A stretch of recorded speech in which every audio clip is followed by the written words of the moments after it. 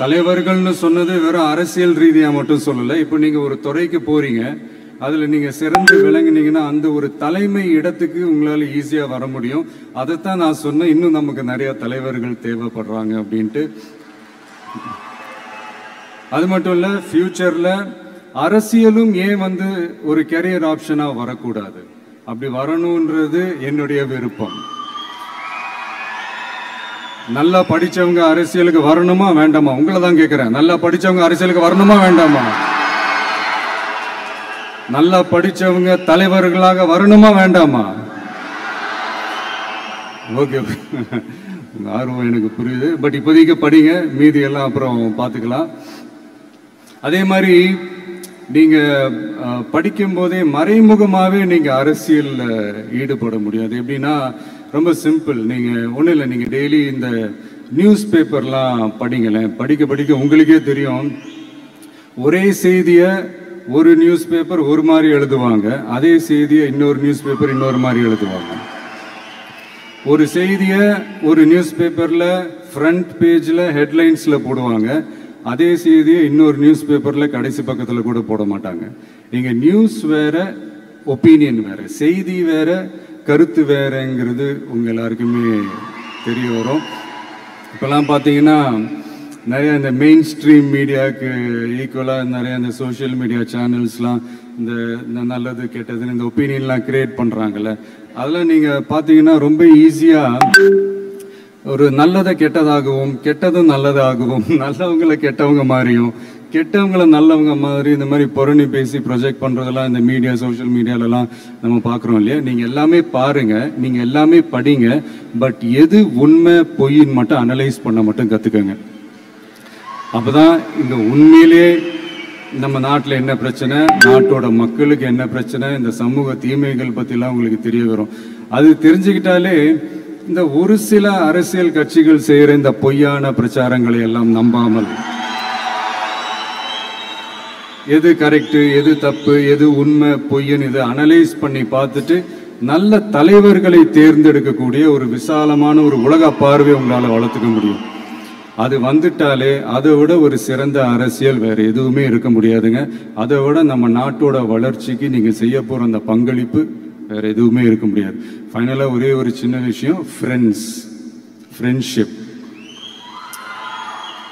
adds fragrance to life. அதில் எந்த மாற்று கருத்துமே கிடையாது. ஒரு கட்டத்துக்கு அப்புறம் பேரண்ட்ஸுக்கு அடுத்தபடியாக, இன்னும் சொல்லப்போனால் பேரண்ட்ஸை விட அதிகமாக நண்பர்களோட டைம் ஸ்பெண்ட் பண்ணக்கூடிய அந்த ஒரு சூழ்நிலை ஏற்படும். அதனால நல்ல நண்பர்களை தேர்ந்தெடுங்க. நீங்கள் கேட்கலாம், நட்புன்றது அதுவாக அமையிறது தானே, நாம் எப்படி சூஸ் பண்ண முடியும்னு. அது ஒரு விதத்தில் கரெக்டு தான். அதனால நான் கொஞ்சம் வேற மாதிரி சொல்கிறேன். இப்போ உங்களுடைய இந்த நட்பு வட்டாரத்தில் இப்போ ஏதோ ஒரு விஷயம் தப்பாக இருக்குது அப்படின்னா, இப்போது அதில் சில பேர் இந்த தவறான பழக்கங்களில் ஈடுபட்டிருந்தாங்கன்னா முடிஞ்சால் அவங்கள நல்வழிப்படுத்த பாருங்கள். இந்த தவறான பழக்கங்களில் மட்டும் ஈடுபடாதீங்க, ஈடுபடக்கூடாது. நான் முன்னாடியே சொன்ன மாதிரி தான், உங்களோட அடையாளத்தை எக்காரணத்தை கொண்டு இழந்துடாதீங்க. Don't lose your identity at any cost. இது நான் ஏன் இவ்வளோ வலியுறுத்தி சொல்கிறேன்னா, இப்போ ரீசெண்ட் டைமில் நீங்கள் பார்த்தீங்கன்னா நம்ம தமிழ்நாட்டில் இந்த போதை பொருட்களுடைய இந்த பயன்பாடு அதெல்லாம் முக்கியமாக யங்ஸ்டர்ஸ் மத்தியில் ரொம்பவே அதிகமாயிருச்சு. ஒரு பெற்றோர் என்ற முறையில், ஒரு அரசியல் இயக்கத்துக்கு தலைவர் என்ற முறையில் எனக்குமே ரொம்ப அச்சமாக தான் இருக்குது. சொல்லலாம், இப்போ இந்த போதை பொருட்கள்லாம் இதெல்லாம் கண்ட்ரோல் பண்ணுறது அரசோட கடமை. இதெல்லாம் யங்ஸ்டர்ஸை இதிலேருந்து காப்பாற்றுறதெல்லாம் அரசுங்களோட கடமை. இப்போ ஆளும் அரசு அதெல்லாம் தவற விட்டுட்டாங்க அப்படின்றத பற்றிலாம் நான் இங்கே பேச வரல. அதுக்கான மேடையும் இது இல்லை. நான் என்ன சொல்ல வரேன்னா, சில நேரத்தில் அரசாங்கத்தை விட நம்ம லைஃப்பை நம்ம தான் பார்த்துக்கணும், நம்மளுடைய சேஃப்டியை நம்ம தான் பார்த்துக்கணும். ஸோ உங்களுடைய செல்ஃப் கண்ட்ரோல், உங்களுடைய செல்ஃப் டிசிப்ளின் அது மட்டுமே வளர்த்துக்கோங்க. Say no to temporary pleasures, say no to drugs. எனக்காக இது ஒரே ஒரு வாட்டி ரிப்பீட் பண்ணுறீங்களா? Say no to temporary pleasures, say no to drugs. இன்னும் ஒரே ஒரு வாட்டி please. Say no to temporary pleasures,